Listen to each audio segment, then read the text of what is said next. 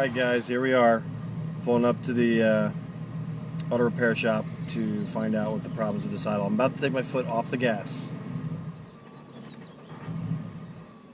And there it is, the engine stalled. So hopefully the next video is me celebrating and taking off my foot off the gas and thus hearing a nice purr, a nice idle. So we'll see. It's getting checked out today. I'll give it to you. I know, I just want video too. Yeah. So you were able to get the engine codes done? Yeah. Yeah, with the motors, and this is oxygen sensors not switching, lean, bank 1, bank 2, and EGR valve not opening.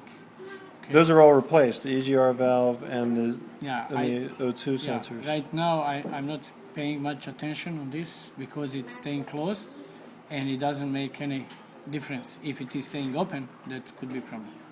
But it's closed, it's not opening, that's later on. Okay, this is this, and fuel pressure, 22 pounds.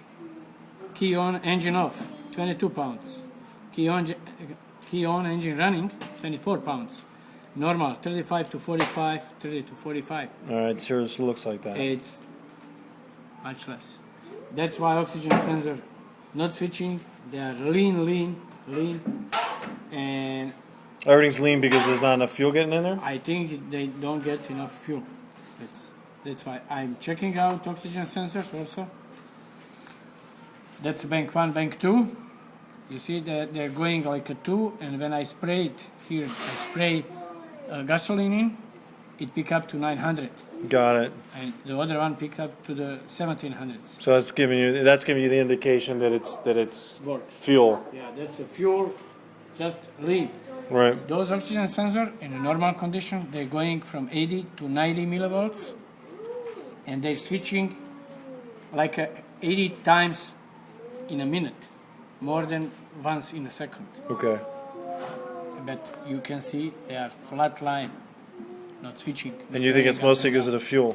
Because of the fuel. That's the first problem. Okay. The fuel pressure, there is not enough fuel to feed the cylinders. Right, and I did change the fuel filter out. It was one of the first things that I did. I saw it looks dirty. It just looks dirty. It's probably as I was sanding it and everything like that. Yeah, I was doing body work. I watch it and it looks dirty, but I didn't open it, nothing.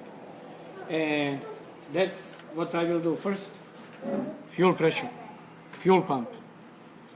Also, it makes me confused a little bit than a long-term fuel term is 0. The what? That's how fast opening and closing fuel injectors. Oh. The computer commanding that, and it's a big indicator how the engine works, but they are all 0. And on the fuel injectors, it's all 0? No, that's the long-term fuel term is a 0. There is no adjustment up and down. They are closed. They have to adjust it, the mixture. Right. They're not adjusting. The computer doesn't adjusting anything. That's all I think because they are running too lean. The computer doesn't have enough information to go further. Well, what I did was I ordered a fuel pump, and I'm going to put it in tomorrow.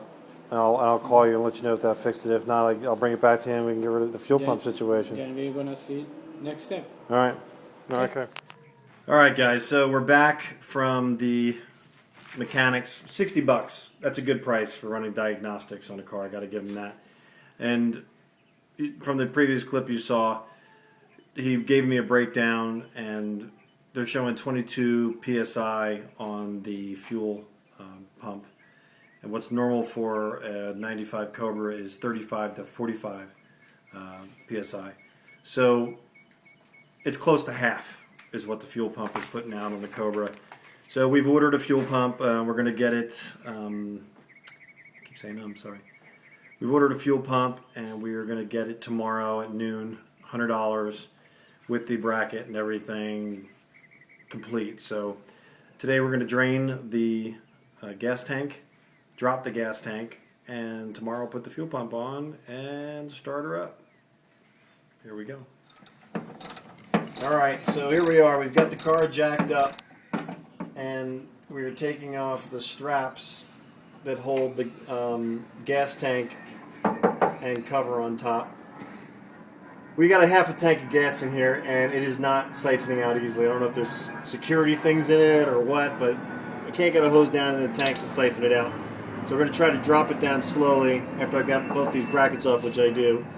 This is a half inch, and be careful with this, guys. This is a knuckle buster. These things are tight. Hit them with WD-40, let them sit for about an hour, and then try to break them free. But they're tough, and they haven't been off for 17 years. These are a tough bolt to get off. So, got these straps off right now. We're going to start to lower down the gas tank a little bit and get the neck off.